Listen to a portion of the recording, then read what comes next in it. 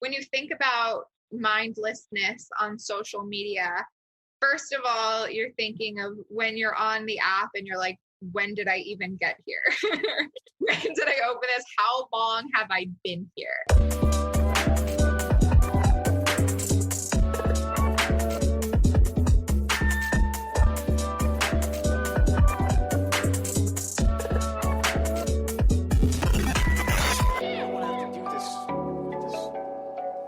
I just walk around. I want to be swept off my feet, you know. I am prepared for amazing things to happen. I can handle it. Alright gang, what is happening? I am Mal Foster and you are listening to the latest episode of your third favourite above average but infinitely curious podcast, Dimed Out. A show that is dedicated to exploring the mysteries and the meaning of life. A kaleidoscope of culture, society and... yeah, it's something like that. We are diving into the thorny rabbit hole of social media. Yeah, that particular beast, that thing right there. Before we do though, if you haven't listened to last week's episode, then first and foremost, why? It was fantastic and you have missed out, but don't worry, because you can go and rectify that, and I highly recommend you do. Last week we looked at monkeys and brain implants and Neuralink and what they are doing in terms of moving us forward into an inevitable world of transhumanism where humanity meets technology and there seems to be no stopping it. With the help of the wonderful Chris Cook from the Beyond Binary Thinking podcast, we had a little bit of a riff on that particular topic and we took it into some interesting areas. Prospect of monkey esport champions and self-driving cars with an intelligence that is just terrifying, to the idea and very real possibility of uploading your mind and your soul to the cloud. Yeah, absolutely infinitely curious territory and a little bit terrifying as well. So if you haven't listened to last week's episode, do yourself a favour and go and check it out. As for this week's episode, this is going to be part 1 of 2 because the conversation that I had with our special guest here, Dr. Lauren Serpico, was so fantastic that I just had to break it into 2 separate episodes. Too much good stuff to squish into one little episode, so we're expanding it and breaking it into 2. At the tail end of last week's show, teeing this particular episode up, Dr. Lauren has a PhD in psychology, but rather than go the therapy route, she's gone the research route. And in particular, her niche field of study is online communities and online networks. So yeah, she's pretty much an expert when it comes to social media. In this week's episode, in the first part of 2, we are going to be touching upon social media, but we're also going to be looking at working at home, remote working, and some really healthy, helpful conversation there about how to sort of separate your home office from your actual home. Ideas of sort of responsibility and culpability with your workload, kind of digging into procrastination and perfection, which is very much, the latter is very much a core subject of both episodes. And I really built this whole thing around a phrase you're going to hear a lot in the next 2 weeks, and that is chasing the unicorn. What I mean by that is pursuing the very unhealthy and unrealistic ideal of perfection. The idea that perfection is a real thing, a tangible thing, an achievable thing, and our constant strive towards it. Because we all do it at times. Even the most mindful, the most centered, the most conscious people do fall into cycles and pitfalls where they find themselves mixing in with ideas and practices of comparative behavior, particularly online. As we go deeper into the conversation with Dr. Lauren, you're going to hear more about this. But as I say, there's going to be some other stuff as well. So ideas to help with working at home, culpability, kind of making sure that you are on top of yourself, productivity, but at the same time, allowing space for you, allowing space to be, finding a balance. Balance is such a huge thing to me. It's something that I am always striving for and I'm always in a fight to achieve. It seems. So I personally found this conversation and the one you're going to hear next week genuinely really, really helpful. And hopefully you guys are going to get some really good stuff from it too. I say hopefully. There's no hope. You are. It's a cracking conversation with Dr. Lauren Serpico. And I'm not going to waste any more time. Let's jump into it, guys. This is part 1 of part 2. And I'll see you on the other side. Enjoy.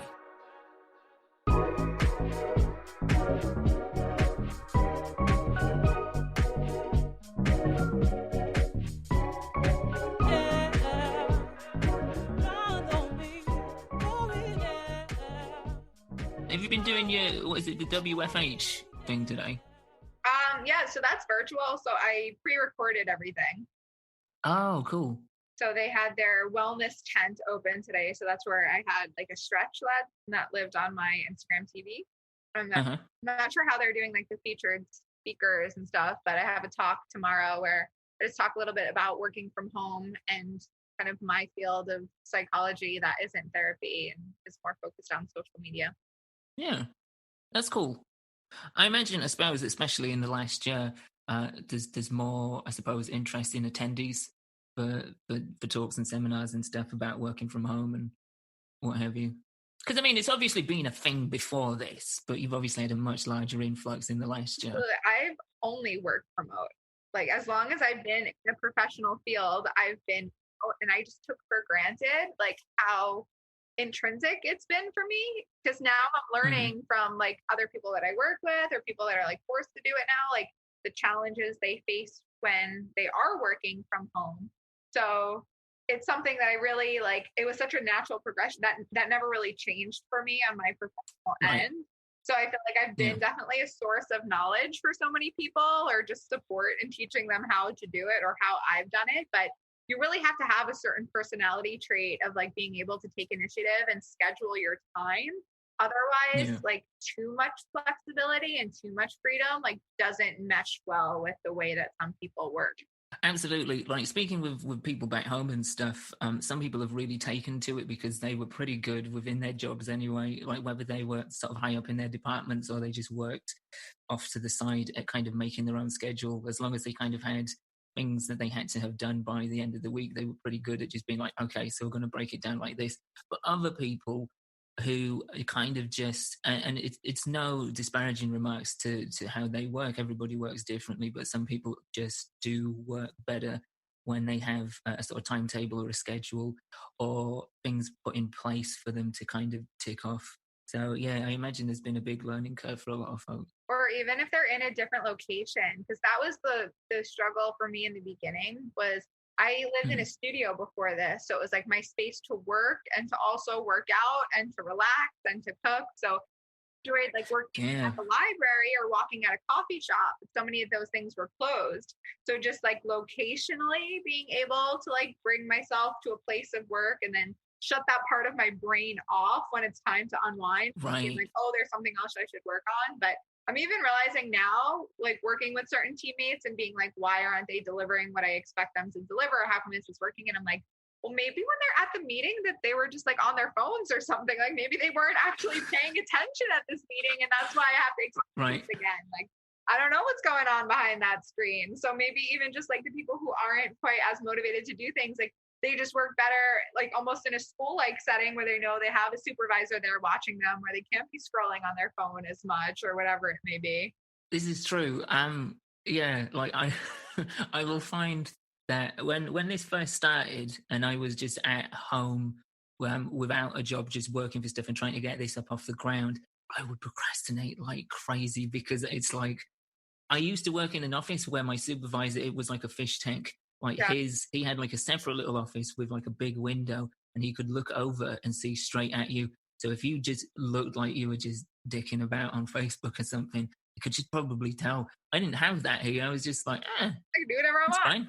Exactly. There's no fear of reprimanding.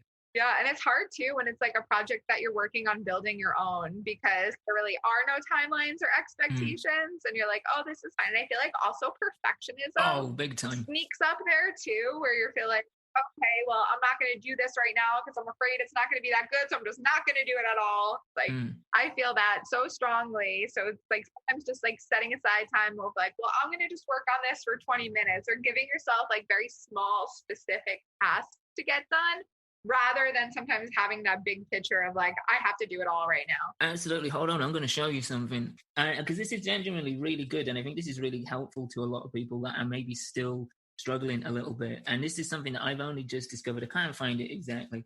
But so my other big problem, aside from procrastinating initially, was once I got into this and once I got off the ground with what I was doing and had an idea of, okay, so this needs done and A, B, C, D, etc., all the others. I found myself, and I do this with a lot of other projects, once I'm in it, I'm in it. I can be in it all day. Yeah.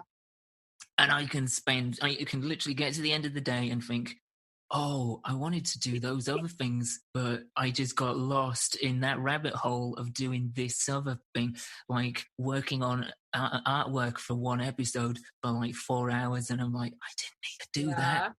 So what I'm doing now, or I'm trying to do, it's still very much a learning curve, is I am doing little, and I'm just going to, just for listeners, if this does make it as extra material, I'm showing Lauren my little notebook. Is like a series of little jobs to do, but with circles and squares, and they all correlate to different aspects. And I leave them unfilled until I do them. And so I will break them down either on a weekly basis or a daily basis if need be. And then I can kind of just color them in. And it's just like that. It's that weird little sort of tactile satisfaction of saying, I've colored that circle in, I've got that job done. So now I can move on to the next thing. The key to any of my successes are colored pens. Yes.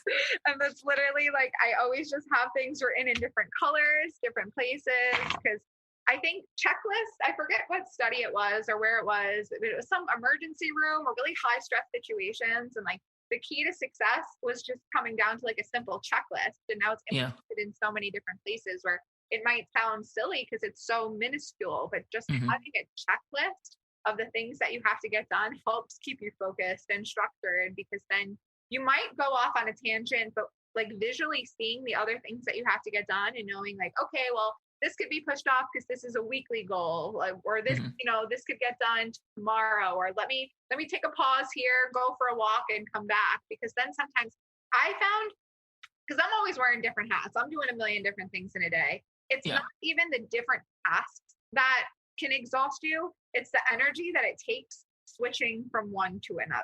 Right. Okay. Yeah, that's interesting. Yeah, that's something that you don't often get to hear people talk about. But yeah, that does sort of sap you with energy, moving from one headspace to a next, even if they're within similar fields, because you're having to adapt. Working remote, that's definitely a challenge that you feel. And in having like one of my jobs that's remote, my boss liked having so many different meetings, but the meetings were kind of catered to everyone's different schedules and stuff. So just say you're meeting at 8 o'clock in the morning, but this isn't really work that you were going to do until 1 o'clock. So now you started your brain with 8 o'clock, then you're shifting energy to go into another project. And then you go back at 1. You're already so exhausted from doing all that flip-flopping, rather than just kind of condensing, okay, well, when I work on these things, it's going to be between 1 and 3, or if I work on something else, and really accounting for that energy shift of in that transitional time is when I'm going to have my lunch or when I'm going to have a cup of coffee. So you're preparing for that, and you're not just forcing yourself from one task to another, because that's how I think by the end of the day, you're just like, what is anything? Yeah, it does help. I think it helps. It's definitely helped me. What's also really helped me, and something you touched upon, which is really interesting, is finding space and time to do things that aren't productivity related. So one thing, as I was saying, I can lose myself in tasks and then just not give myself the time I need for myself. So I've made certain little rules. And this will tie into how our paths crossed, actually, is I've been making little rules for myself, and I'm not too strict on myself if I break them, but they're just guidelines. That's maybe a better word to use, actually. Rules is maybe a little too regimented. But one of them is to give myself at least an hour of just no work downtime before even thinking about going to bed, just so I can switch my brain off. So I've had plenty of time to get what I want to get done today, think about what's coming next, but allow myself some space to just breathe and just be. And the other is just breaking up my day, making time for other things that aren't this. And it's difficult, especially when you do everything yourself and you've got a lot of things to do. But it's important to kind of make the time for yourself. So that's something I'm trying to do more. I feel like as a society, we're like so conditioned to like think that self-care is selfish, or like taking self is selfish. So breaking out of that mindset where you have to take time for yourself in order to be there for others or to be successful in what you're doing. Otherwise, you're just always in overdrive. One of the many hats I wear, I work for an app called Awaves. and it's a holistic day planner. So it shows your day as a circle, and you can drag and drop different icons that represent different parts of your day. So that way you're not just scheduling things that you have to do. You could schedule in sleep or eating or time with loved ones. And when we onboard someone new on the team, or when we're working with someone, we have them create their ideal day. So when school or work, you don't have these obligations, what would your day look like? What would you put in there? And this kind of ties into what you're saying of taking that time for yourself. Because when you're thinking about what that day would look like, it's really unlikely that someone's going to put Instagram in their day for 3 hours scrolling through. But you might put taking a walk or painting or singing, or maybe just these things that kind of go back to your childlike sense of self that make you feel happy. Sure. That cliche of do more things that make you forget to check your phone. But then when you're scheduling your actual day and you start to see these blocks of time that you have open, you may choose to go back to your ideal day and say, hey, I haven't really thought about painting in a little while. Maybe I'll do that with this chunk of time. Or, oh, this seems like a good time for me to go take a walk. So really getting in touch of what you want your day to look like. And obviously a life without obligations, that's not necessarily natural, but you always are going to have those chunks in your day that belong to you. No one should be working 12 hours around the clock, but prioritizing the things that make you feel good and that could really make you recharge your batteries, then allow you to be more productive and be more effective at whatever it is that you're doing. I think you've really hit a key word there with prioritizing as well, which is something we don't, I say collectively we, and I mean that in the collective sense, we don't prioritize as much as we should do. Some people do a lot more than others. Some people are trying to, like myself. Some people just haven't really come around to thinking about doing it in the first place, but it's definitely something I think from my layman's armchair psychology standpoint that we need to kind of do more of for ourselves. It's interesting because I feel like it's like typically times of struggle that make you prioritize yourself. Like if you get sick or if someone you love, like it's usually like the traumatic things that like force this upon you. So if we've kind of learned anything from a global pandemic, which is just traumatizing for all of us as a collective whole, then maybe these good nuggets will come out of it because it's forcing us to think differently about different things. So maybe having to work from home or structuring your day different is making these things that we're talking about come to people's awareness of, wow, I felt better when I did take this time for myself.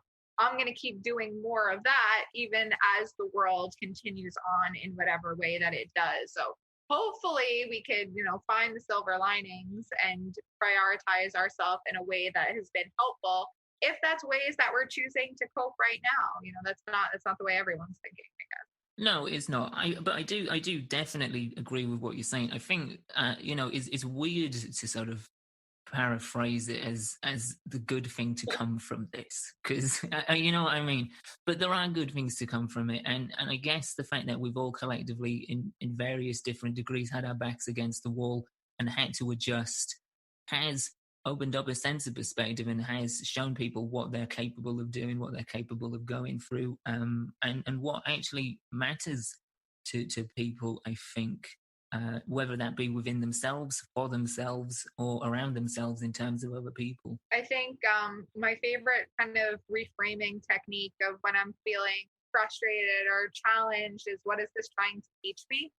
Because then it allows you to think of things as a learning opportunity, not so much toxic positivity of, oh, everything is wonderful, but what is the lesson, or what is the challenge here? And if I overcome this, what did I learn from it?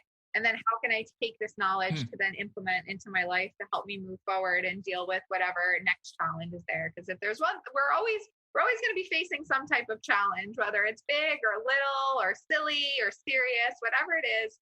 But it's how you take it personal. It's how you embrace it and move forward from it. I think that really kind of defines the character of an individual.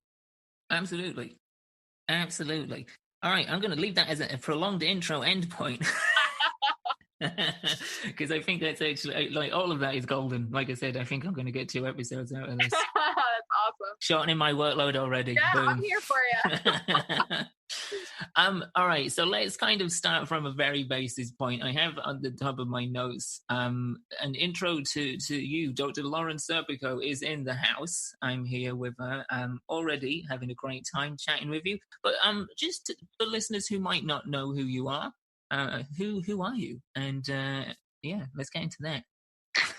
Well, that multifaceted question, right? Yeah, exactly. I mean, you can go as deep or as shallow as you want with your answer.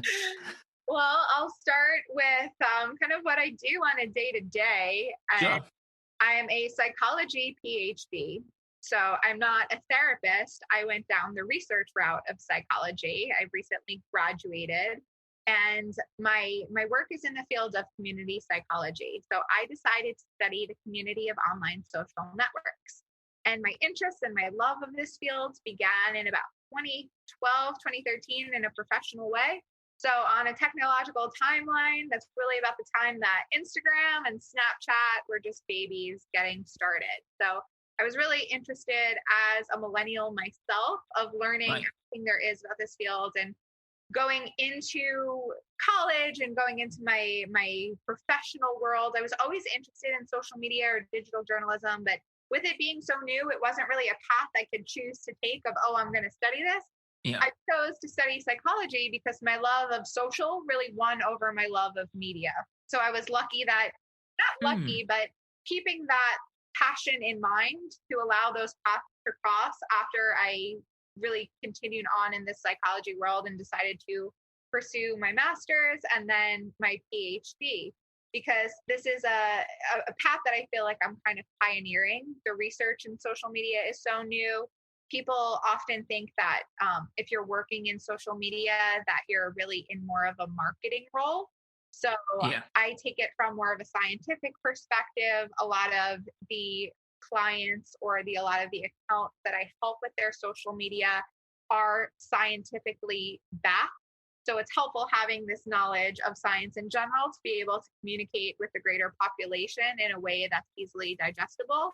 And then also understanding the social media science itself of what works, how to communicate with people, how to best display your message in a way that stops the scroll and informs people and can really add value to their life rather than take it away. So that's an overview of who I am as a professional being. Okay, so I just want to stop because there's a number of interesting points there that I want to kind of touch upon already. Stop the scroll. So is that a geared idea to create more productive use of social media more than passive? Ideally, I feel like when you think about mindlessness on social media, first of all, you're thinking of when you're on the app and you're like, when did I even get here? When did I open this? How long have I been here?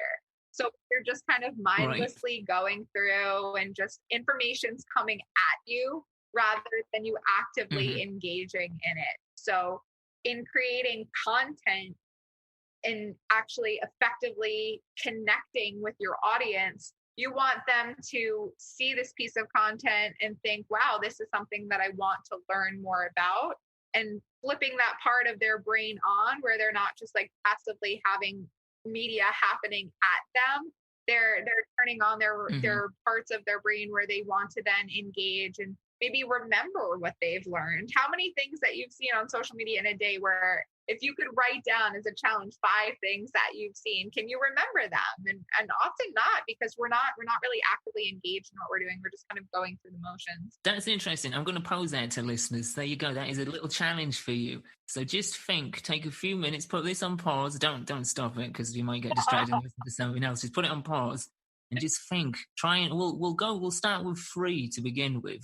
And then if you can think of an additional 2 bonus points, then excellent. You may win a prize. You may not, but you may or may not. No promises. A good practice in getting better at this is each day writing down one thing that you've learned from social media. Because then at the end of the month, you've learned 30, 31 new things. Then when you're scrolling, you're like, maybe this will be my cool thing that I learned today. Right, there you go. So there's a sense of intent there as well. If you kind of go in with that idea, it kind of helps, as you say, stop the scroll, and it kind of puts that seed of, okay, So let's try and get something from this other than just killing time. Totally. Cool. So your background is in psychology, which leads me to ask, are you able to read my mind? Absolutely not. I feel like that would be the most exhausting superpower to have. If you think about all the thoughts you have yourself in a day and all the things you're telling yourself, imagine if you could hear what everyone else is thinking as well. No, thanks. It's hard enough dealing with what's going on in here half the time. I don't want other people's intrusive thoughts coming in. I only ask that as a little joke because if you follow Lauren, if you don't, now's a great time to go and do so. But you will see occasionally that this seems to be a reoccurring question that she seems unfortunately sort of plagued with. Is this generally something people have said to you, like when you've told them? Absolutely. I feel like psychology is a field that people don't typically understand. So whether it's reading my mind or the question that I get more often than reading your mind is, oh, you're analyzing me right okay. Now, maybe. Now the fact that you asked that question, I'm thinking about, oh, well, why are they thinking that I'm analyzing? What do you have to hide? But like, no, this is why I didn't want to be a therapist, because I didn't right. I'm much happier in my own little research world.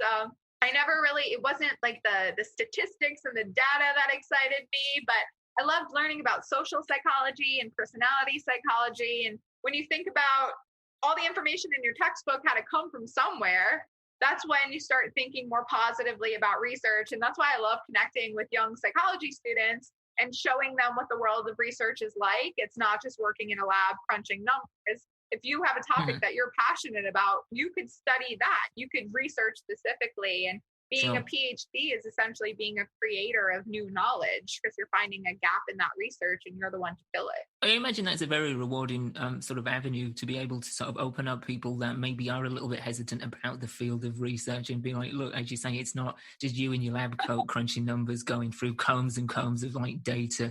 You can specifically narrow it down to a niche area that you actually care about and dive into that and find out why that is what it is and how it works.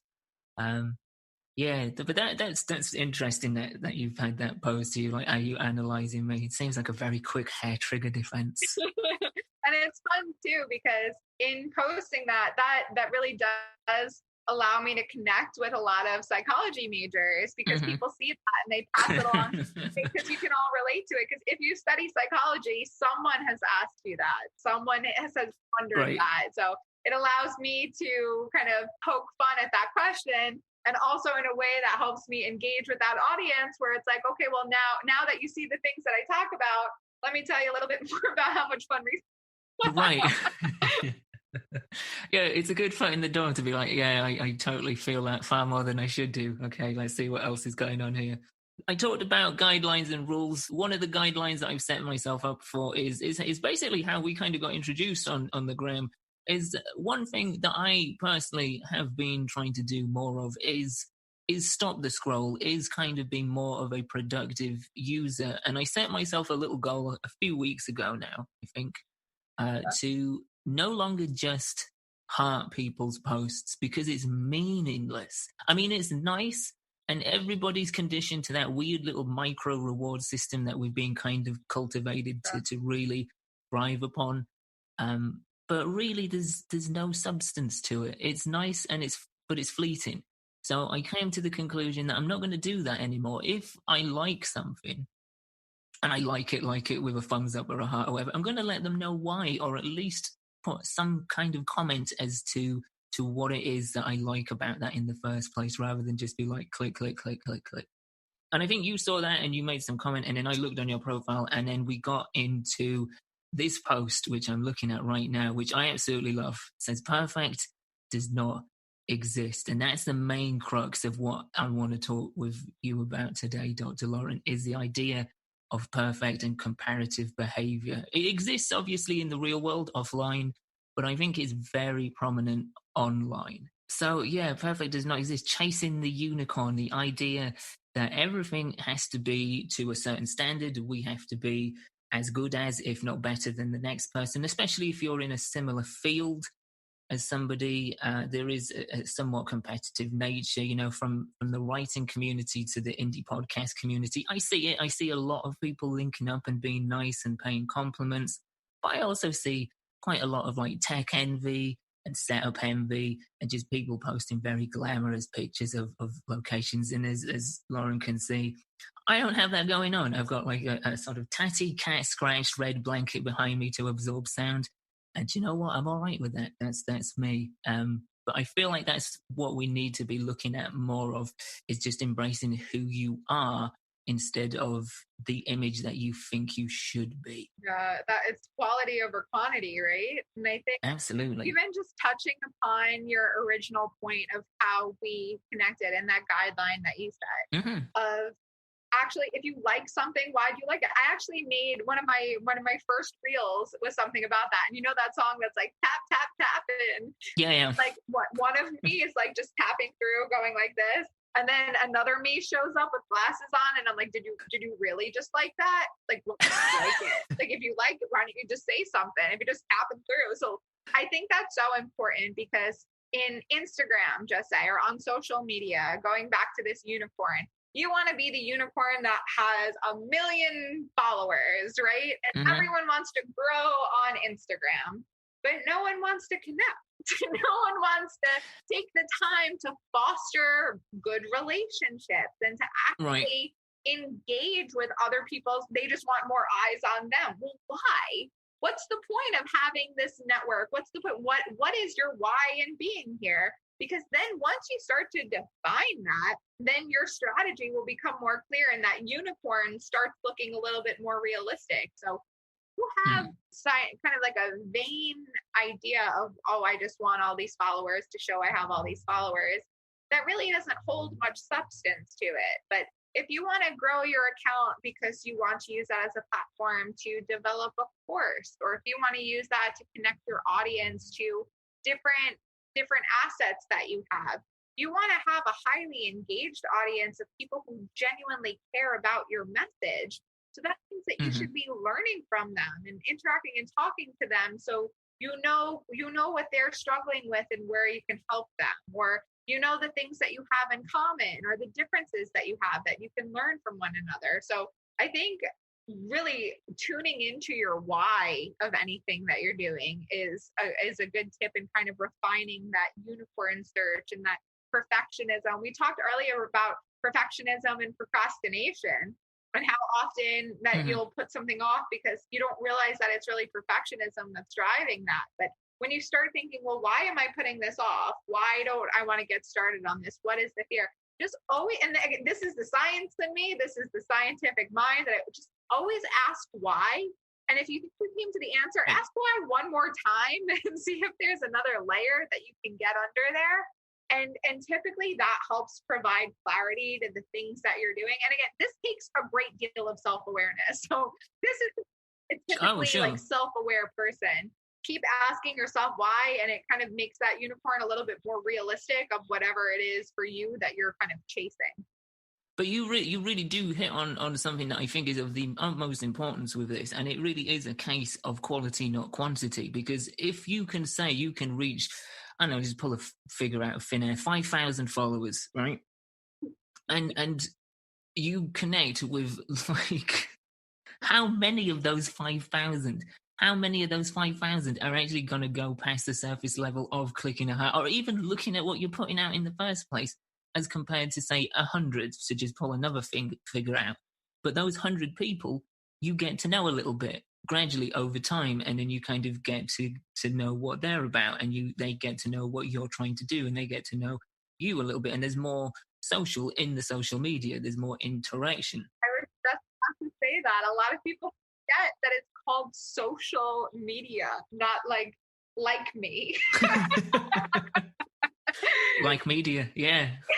Yeah, like it becomes less about the social and more about me. And that's not a community. That's not a network anymore. That's just a stage. And it's unfortunate because so many of the big influencers, you think like the Kardashians or the Jenners, like it's just them on stage and they'll post this lipstick and then all of a sudden the lipstick sold out. So we have these really big influencers that are kind of influencing us to think in a way where that's what's important. Mm-hmm. And that's what scares me about like future generations. And that's why I really just urge so many young students, especially science-minded students, to get involved in research and social media and to think critically about what this platform is. Because like I said, I started in like the MySpace days, or I started on like AOL Instant Messenger. I was the person people would give their passwords to. So I'm doing HTML before I even knew what that was. But kids don't realize how fast this is moving and how new this is. And I feel like Gen Z, they get a lot of blame for that, but you don't choose when you're born. Like they don't have any, like, they don't have any say in what the landscape that they were born into is. So who's giving them the tools to help navigate it? Rather than blaming them, let's work together to kind of figure it out. We're becoming more and more divided because we're talking about skinny jeans and how we part our hair. But like, let's help each other out here. Like, let's learn how to do this together, because in 10 years, we're going to be the ones building the new things. In 20 years, their kids are going to start getting involved. So if we don't kind of learn how to live with this and make this a better landscape now, then it's kind of a lost cause. It's interesting because you touch upon on Gen Z. It's not the process which has changed, because everybody who is born into a sort of zeitgeist, as it were, as a landscape, whether that be tech, whether that be cultural, whether that be social, has to adapt. A lot of kids hit the ground running. And just have to keep up, and it's a case of dealing with what is current, dealing with what framework, and that's the difference. It's not the process, because we, like people of my age, went through certain technological changes. I mean, I'm sure when I was putting dial-up internet all the way up to the loft in my old house, my mum was like, "Oh, I don't know what's going on there." But it's unfortunate that they do get sort of a finger of blame pointed at them for this and the misuse of it, and the way that it's kind of misshapen, as it were, a little bit. And I think it's also like the previous generation's feeling of like, oh, I can't keep up with it, I can't understand. So you blame the things that you don't understand rather than trying to learn them, of like, oh, those millennials, oh, those Gen Z, always on your phone. But then some of them are so the other way, where it's like how many parents you see that are on social media now or posting all these things. And it's so funny because my mom's social media habits have changed so much, and things that she's learned from me of how to post somewhere. She doesn't need to post 37 photos. She picks the one that she likes, and she chooses to post that at a time where she wants to post it. And I tell so many older people that I work with, I'm like, do you remember getting film developed and you had to wait for it, and then you choose which ones go in the album? Like, where did that mindset go? Why are we posting every single thing as we do it? You could take the pictures, but let's enjoy where we are now, and then go back to those memories and share what you want to share. And that's just for personal use. That's not even in a professional setting. Do you feel like that's something that we need to be looking at more? I think going forward with social media is more selective behavior with what we actually put out. That's actually quite a good analogy. You take 37 photos, and I think to a degree all of us that use it regularly are just like, yeah, instantly that'll go on there, that'll do. Whereas I think maybe, and I can't really talk because at the minute I'm just throwing all sorts of shit on mine.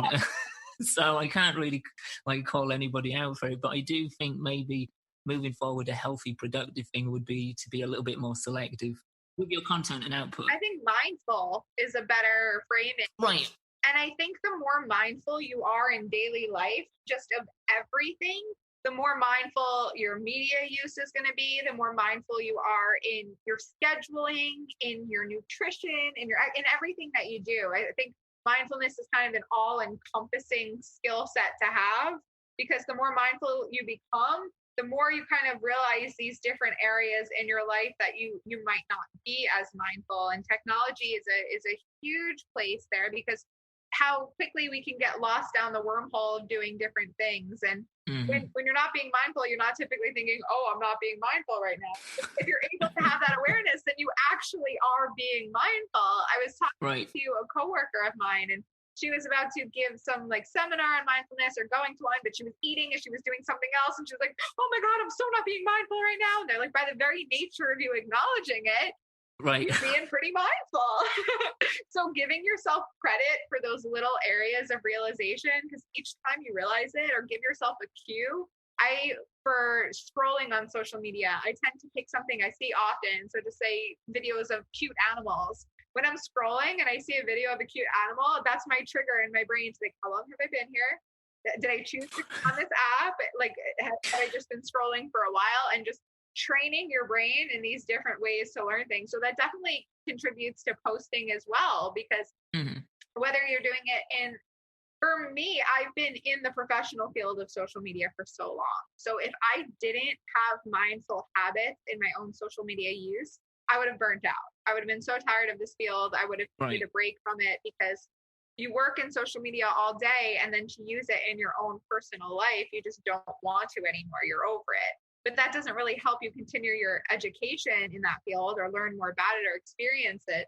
So it's trying these things on your own that you can then bring into like a professional strategy. And that's why I feel like I found that balance of the things that I post between things I see and I'm like, oh, this is cool, I'll share it. Or when I'm out in the moment, it's part of being mindful and enjoying my time taking a walk. Maybe I'll see something pretty I want to share later, but I don't feel like I have to stop right there, post it, do a caption, just save it. It's not going anywhere. No one cares if this happened at 3 o'clock or 7 o'clock.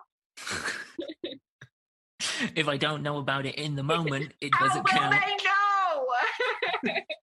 This isn't authentic. Yeah. I can tell. Yeah. No, I think that's actually a good point. Is that I think it's very easy to fall into a trait of document. I mean, look, I love documenting stuff. I do a podcast for fuck's sake. I also wrote a travel memoir. So I'm the worst person to tell anyone not to document stuff. But yeah, I like the idea of being selective or trying to be selective. But as you say, it doesn't need to be done in the moment. If you see something that looks nice, absolutely take a picture of it, but just put it away. Enjoy it for what it is. Be there, be present, and as you say, be mindful about it, or try, How are you going to document this moment and talk about the moment? Well, when you were in the moment, all you were you don't really have much left to talk about at that Well, that's point. when I pull out my memo from my phone and I just record a slight thing about how right now I'm not going to post this, guys, but I want to tell you how I'm feeling about deciding not to post it. So, now you're going to be that way. So now we're going like Inception levels deep into the rabbit hole. I can no longer see daylight anymore. I don't know how I got here. Exactly. How did I get here? Where am I?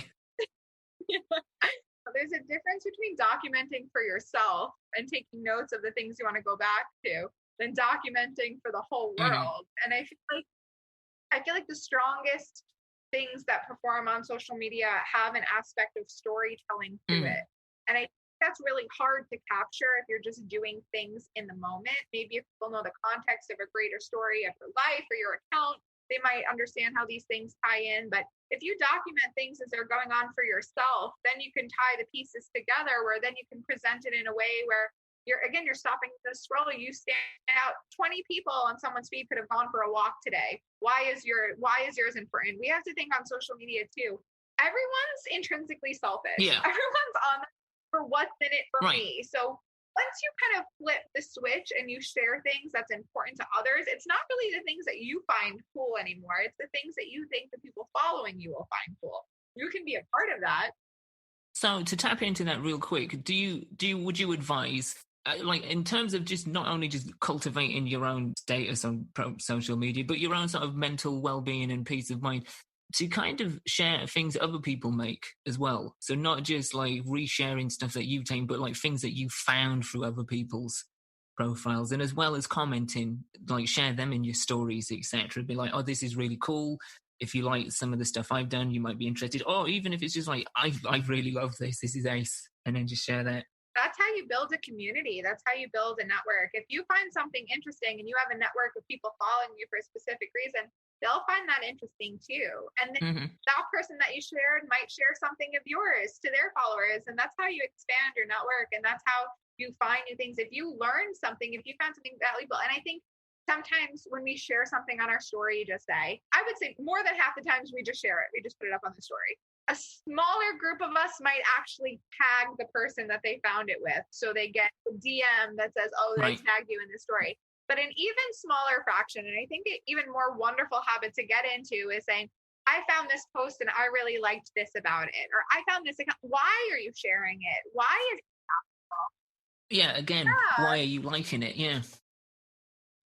I think that also goes a long way to making the whole experience more outside rather than insular, because it's not only stuff that you haven't created, but it's giving other people an insight into why you like something else that somebody else has put out there. and it might inspire a different type of thought that someone might not have seen, or maybe they see it and they think something differently, and then that'll start a conversation between you and someone else on someone else's content. So maybe it's not necessarily your content that you're talking about, but now you're forming a new relationship or a new connection with someone who's talking about something that you shared. So it's really it's this like online portfolio that we have of things that we find and things that we create. And the more that you kind of think of it as such rather than just a stage or a showcase, that's when like that social part happens because of the media. Just going back to what it is social media. Yeah, putting the social back into social media. Yeah, that should be a bumper sticker. It really should. I love carpet. I love carpet. I love desk. Are you just looking at things and saying that you love them? I love carpet. I love carpet. I love desk. I love lamp. Do you really love the lamp, or are you just saying it because you saw it? I love lamp. I love lamp. Bow. All right, gang. So there you go. That is part 1 of 2 of our conversation with the wonderful Dr. Lauren Serpico. I did state, I believe, at the top of the show that she is a bona fide expert in her field. And I think now that you've reached this point of the episode, you can understand why I made such a bold claim. Absolutely cracking conversation with Dr. Lauren, getting into some really interesting and, dare I say, important issues. But if you think this week's episode was good, oh boy, just wait. You better tap in to next week's episode. See what I did there? Yeah, we're going to be digging deeper into some of the previously established themes and ideas on this episode, but going, into it with much more depth. And we're going to be opening it up to some interesting areas. So the main focus is on chasing the unicorn, the idea of comparative behavior online.